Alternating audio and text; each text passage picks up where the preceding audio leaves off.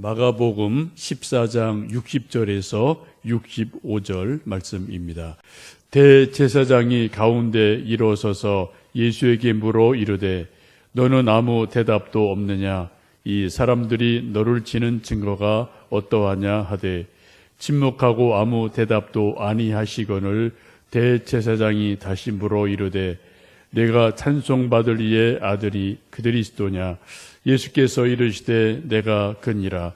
인자가 권능자의 우편에 앉는 것과 하늘 구름을 타고 오는 것을 너희가 보리라 하시니 대제사장이 자기 옷을 찢으며 이르되 우리가 어찌 그 증인을 요구하리요?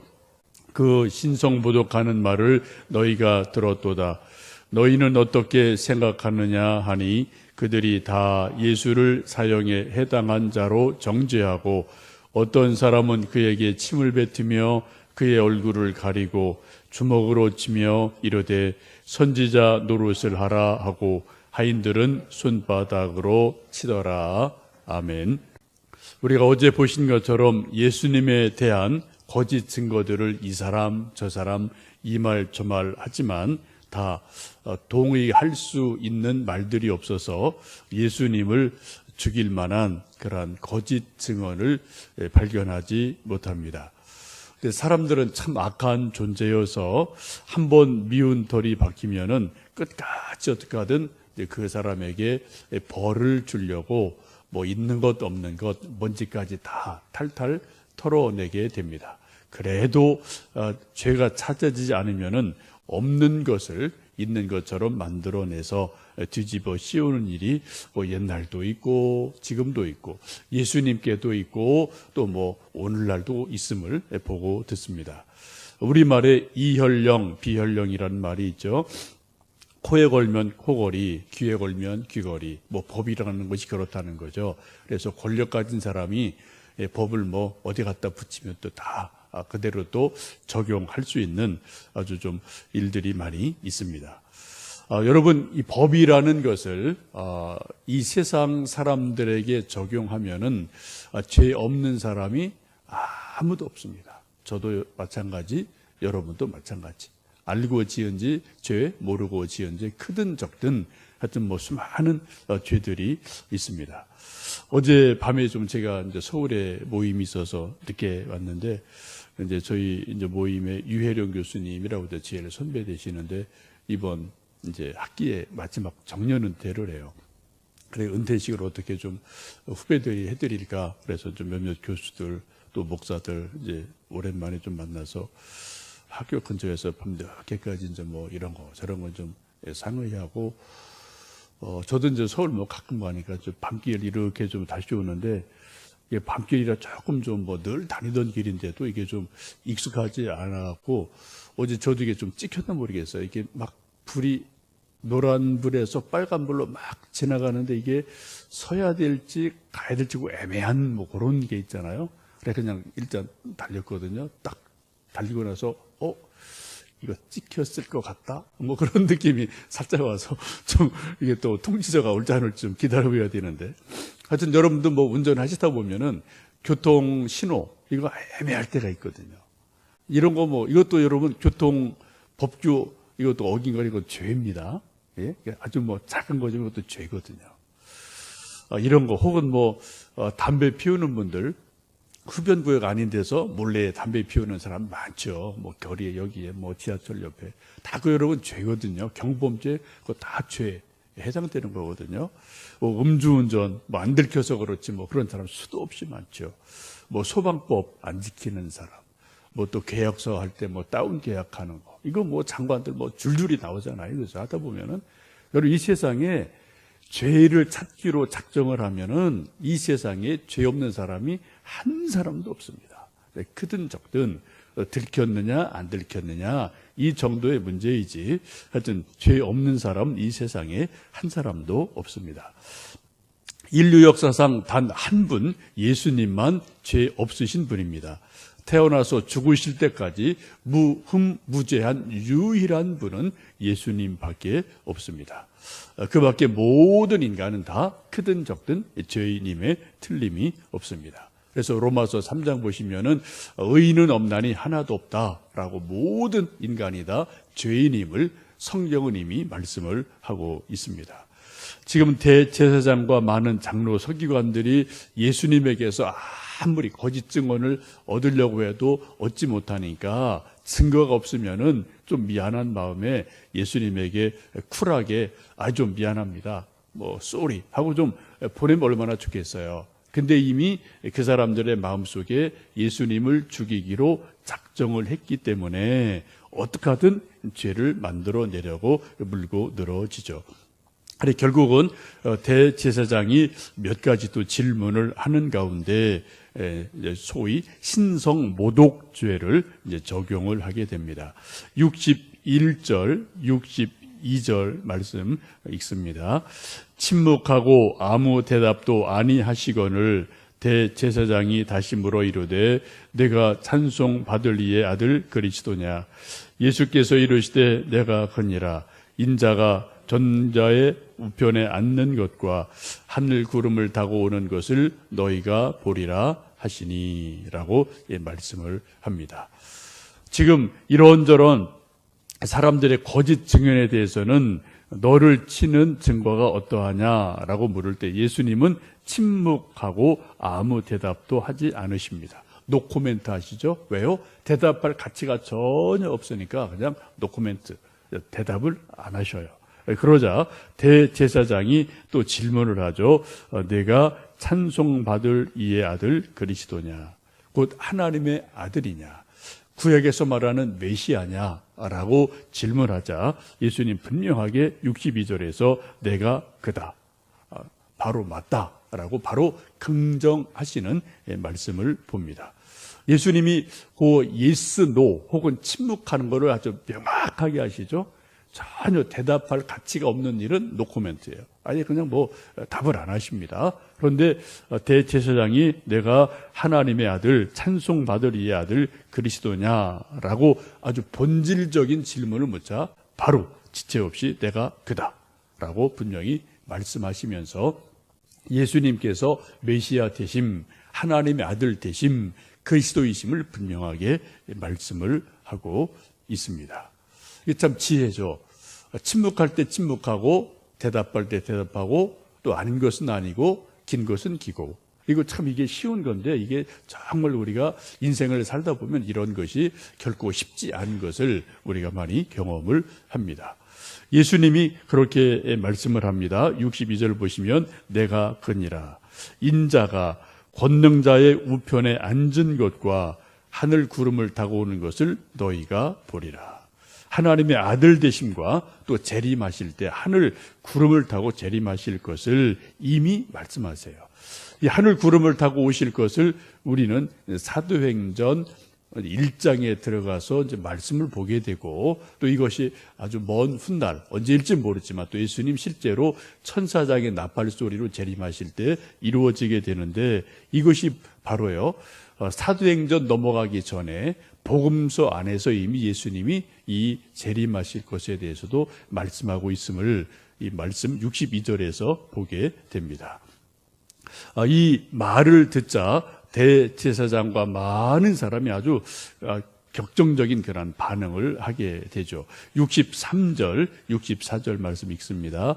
대제사장이 자기 옷을 찢으며 이르되 우리가 어찌 더 증인을 요구하리요. 그 신성모독하는 말을 너희가 들었도다. 너희는 어떻게 생각하느냐 하니 그들이 다 예수를 사형에 해당한 자라 정죄하고 예수님이 내가 하나님의 아들이다, 그리스도다라고 말씀을 하자 대제사장이 자기 옷을 찢으면서 어떻게 더 증인이 필요하겠느냐, 이것으로 충분하다라고 하면서 하는 말이 신성모독이라고 말을 하죠. 이것은 이제 마태복음 옛날 개역 성경 보시면은 참남하다라고 한자어로 이제 말씀을 하기도 합니다. 신성모독, 참남하다는 것은 쉽게 말씀드리면 인간이 하나님의 영광을 가리는 것 혹은 하나님의 거룩한 성품과 권위를 더럽히고 욕되게 하는 것, 이것을 우리는 신성모독이다 혹은 참남하다라고 말을 합니다. 여기 해당되는 죄들이 아주 많이 있는데 이제 대표적인 것이 그런 것이죠. 성경을 보시면 하나님보다 높임을 받으려는 행위, 또 하나님을 무시하고 경멸하는 말이나 행위, 또 하나님의 거룩한 신전을 함부로 대하는 그러한 태도, 우상 숭배, 혹은 성령 회방하는 죄, 이런 것들이 대표적인 신성모독 혹은 참남한 죄라고 성경은 말씀합니다. 지금 대제사장이 예수님의 말씀을 듣고 신성모독으로 확정을 하게 되고, 그리고 다른 주변에 있던 많은 사람들에게 물으니까 모든 사람이 64절에 그들이 다 예수를 사형에 해당한 자로 정죄했다라고 말씀합니다. 이 일에 대해서는 다른 사람이 이견이 없는 거죠. 그 주변에 있던 모든 제사장, 서기관, 장로들, 공의회 회원들이죠. 이 사람들이 모인 그 자리에서 동의 제청이 이루어져서 예수님이 신성모독의 죄로 사형 판결을 받는 그런 일이 일어납니다. 여러분 참 이상하죠?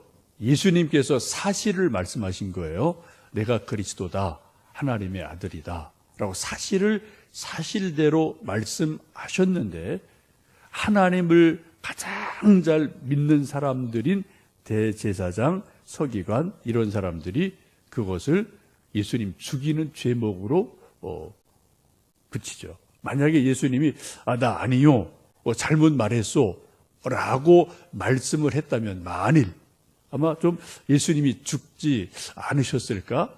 그런 생각을 잠깐 해보게 됩니다. 물론 또 다른 제목을 찾았겠지만 지금 참 놀랍게도 예수님께서 사실을 사실대로 말씀하신 그 결과가 결국은 신성모독죄라는 그러한 것으로 예수님 죽으심을 당하게 됩니다. 그러자 이제 그런 대제사장들이 그런 결정을 내리자 65절에 보면 이제 종들이 또 예수님을 치고 또 침을 뱉는 일들이 일어납니다. 65절이 읽겠습니다. 어떤 사람은 그에게 침을 뱉으며 그의 얼굴을 가리고 주먹으로 치며 이르되 선지자 노릇을 하라 하고 하인들은 손바닥으로 치더라. 지금 대제사장과 서기관 장로들은 말로써 예수님을 치는데, 말로써 치니까 어떻게 돼요? 밑에 있는 하인들, 종놈들은 예수님을 물리적으로 주먹으로 치고 침을 뱉고 손바닥으로 또 얼굴을 때리고 하는 그러한 예수님에 대한 있을 수 없는 모욕을 하게 됩니다. 여러분, 예수님께서, 하나님의 아들이신 예수님께서 인간들에게, 그것도 아주 하찮은 하인들, 종들에게 매를 맞으시며 얼굴을 맞고 또 침뱉음을 당하고 주먹으로 얼굴을 또 때리고 치는 그러한 모욕과 조롱을 당하는 아주 안타까운 모습을 우리가 보게 됩니다. 만약 이때 예수님이 정말 화가 나셔서 이것들이 한번 좀 맛을 볼래? 라고 천군천사를 명하실 수도 있었겠지만, 그러나 예수님 끝까지 그것을 참으시고 도살장에 끌려가는 어린 양처럼 묵묵하게 침묵하시며 또 그대로 매 맞고 계시는 모습을 봅니다. 우리도 예수님을 믿다가 복음을 전하다가 선을 행하다가 예수님처럼 그 정도는 아니지만 우리도 모욕 당할 때 있고 오해 받을 때 있고 조롱 받을 때가 종종 있습니다. 이건 예수님 이건 이미 말씀하셨잖아요, 이거죠. 팔복에서도 복음을 전하다 또 하나님 선한 일을 하다가 모욕을 받는 자, 또 고난 받는 자는 복이 있다라고 이미 말씀하셨습니다. 여러분, 우리의 주인이신 가장 높으신 예수님이 그러한 모욕을 당하고 매맞음을 당하고 십자가를 지셨다면, 그런 예수님 믿는 우리 제자들, 또 그 당시의 제자들, 우리 믿는 지금 현대 우리 모두까지도 그러한 일이 있을 수 있음을 예수님은 충분히 말씀하고 계세요. 아니, 있는 것이 정상이다라고 예수님은 말씀을 하고 있습니다. 여러분, 우리가 예수님을 정말 진실하게 믿다가 사람들로부터 오해를 받든 욕을 먹든 혹은 또 물리적인 손해를 당하든 이런 일이 있을 때 우리가 어떻게 해야 되느냐, 이거 상당히 중요한 우리의 반응이 있을 것 같아요. 그런 일이 우리에게 불쑥 예기치 않게 다가올 때 어떻게 우리가 반응해야 되느냐, 세 가지를 생각해 봅니다. 첫째는 사실관계만 해명하는 겁니다. 일종의 팩트 체크예요. 이건 이거고 저건 저겁니다. 예수님도 분명히 그렇게 말씀하거든요. 어떤 노코멘트 할 건 노코멘트 하시고요. 내가 그리스도냐라고 물으실 때는 맞다, 팩트를 팩트로 말씀하시죠. 우리도 어떤 인생 살이를 하다 보면 말이나 행동에 대해서 막 와전이 되고 이상한 말을 하고 이런 일이 뭐 한두 번이 아니죠. 근데 그런 일이 있을 때 뭐 가장 중요한 첫 번째 우리 태도는 누구나 다 그런 것 같아요. 그건 이겁니다, 저건 저겁니다. 팩트는 팩트대로 분명하게 말해주는 건 중요합니다. 왜요? 그게 사실이니까. 두 번째는 변명할 필요가 없어요. 한번 사람들이 오해하면은 아무리 말을 많이 해도 변명해도 말 안 듣습니다. 여러분 뭐 다 경험하시잖아요, 그죠? 뭐 부부간에, 부모 자녀간에도 만 오해 딱 생기면은 아무리 얘기해도 그거 고지고대로 안 들어주거든요. 팩트는 팩트대로 이야기해주고 뭐 알아주면 다행, 안 알아줘도 할 수 없는 거예요. 그건 시간이 해결해 주는 거니까. 그래서 우리가 변명할 필요는 전혀 없다. 단지 우리가 기도하고 시간을 가지고 기다리면 언젠가 하나님이 사실을 사실대로 알게 해주시든 또 그 사람이 오해를 풀든 뭐 그런 일들이 이제 일어나기를 우리가 뭐 기다릴 수밖에 없는 거죠. 세 번째는 우리가 그 사람의 연약함을 인정하면서 좀 이해하면서 오히려 하나님의 긍휼이 그에게 임하도록 그를 위해서 축복하며 기다려줄 때 하나님께서 그 모든 일을 합력해서 선을 이루게 되고 오해는 오해대로 풀어지게 되고 그리고 결국은 선을 이루는 그러한 일들이 일어나게 됩니다. 그래서 짧게 보면은 손해인 것 같고 또 여러 가지 모욕 당한 것 같지만 또 길게 보면 하나님이 선을 이루시고 또 사람을 더 존귀한 자로 높이는 일들이 참 많이 있습니다. 사막 교부들의 생애에 대한 책을 좀 보면 이런 예들이 참 많아요. 사막 교부들이 그냥 혼자 뭐 이렇게 수도사로 이제 사는데 어떤 여자가 이제 아기를 뵈면은 이제 뭐 어디 가서 핑계 댈 데 없으니까 저기 있는 누가 하여튼 뭐 이 여자랑 어떻게 해서 애가 낳고 어떻게 했다. 그러니까 뭐 이 수도사는 그냥 뭐 입이 10개라도 할 말도 없고 그냥 뭐 정말 침묵하면서 오랜 세월 수많은 오해와 욕을 먹으면서 하여튼 몇 년이고 10년이고 지나요. 하나님이 신기한 방법으로 사실관계를 다 확인해 주셔서 이렇게 좀 모욕당하고 어려움 당하던 수도사는 더 존귀한 사람으로 높여주고 오해하고 욕하던 사람들을 부끄럽게 하는 그런 일들이 상당히 많이 하여튼 기록으로 남아있는 것을 볼 수 있거든요. 우리가 인생을 살면서 이런 일 저런 일이 많습니다만 우리가 예수님 당하시는 고난, 고초 이것을 생각하면서 오늘도 혹시 우리가 예수님 믿는 것 때문에 또 이런저런 오해 혹은 또 모욕, 조롱 이런 것을 받을 때 왜 내가 이런 일을 당하나 라고 생각하기보다는 예수님도 당하셨으니 나는 당연하다라고 여기면서 오히려 우리가 겸손하게 믿음으로 기도하는 가운데 주님의 위로하심, 회복하심 또 합력의 선 이루심이 있기를 축복합니다.